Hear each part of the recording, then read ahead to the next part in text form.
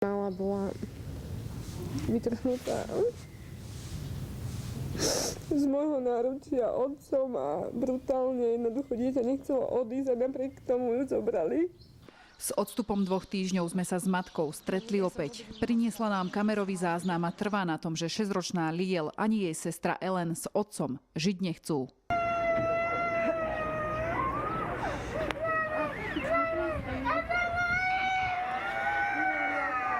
Kamerový záznam sme ukázali skúseným detským psychologičkám aj súdnemu znalcovi v odbore detskej psychiatrie. Naozaj sa mi to veľmi ťažko pozeralo. A neviem si ani predstaviť, ako sa to ťažko žije tomu dieťaťu.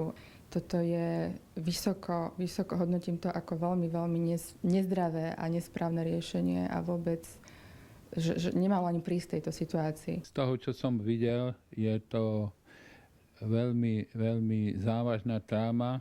Tu si psychológ nemôže neklásť otázku, či tento postup je v záujme najlepšieho blaha dieťaťa. Ja si myslím, že nie.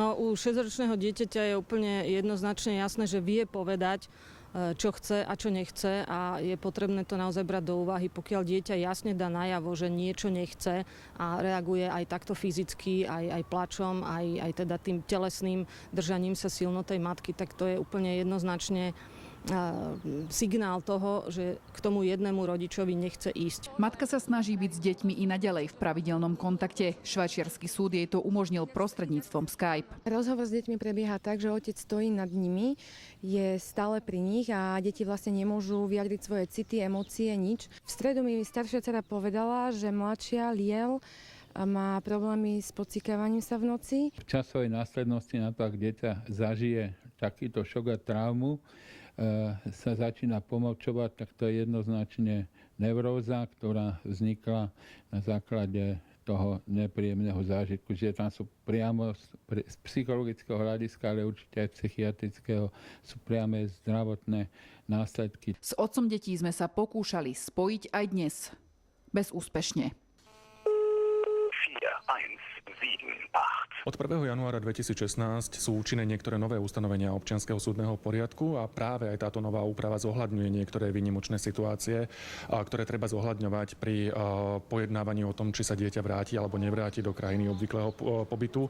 A medzi takéto výnimočné prípady patrí napríklad aj to, ak by dieťaťu napríklad pri návrate hrozila nejaká psychická alebo fyzická újma. Nemala žiadne ochranné opatrenia, preto pod tlakom týchto okolností prijala súdnych zmier.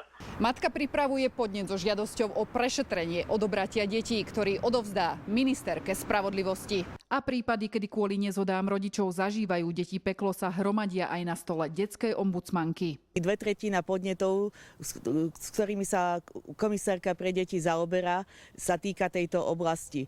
Došli sme na to, že naozaj chýba koncepcia, ktorá by upravovala danú problematiku tak, aby bol naozaj hájený všeobecný záujem dieťaťa. Chcete svoje deti späť? Áno, áno. Bojujeme za ne a dúfam, že sa tak stane a budem ich môcť vychovávať tuto na Slovensku. Eva Bariová, televízia JOJ.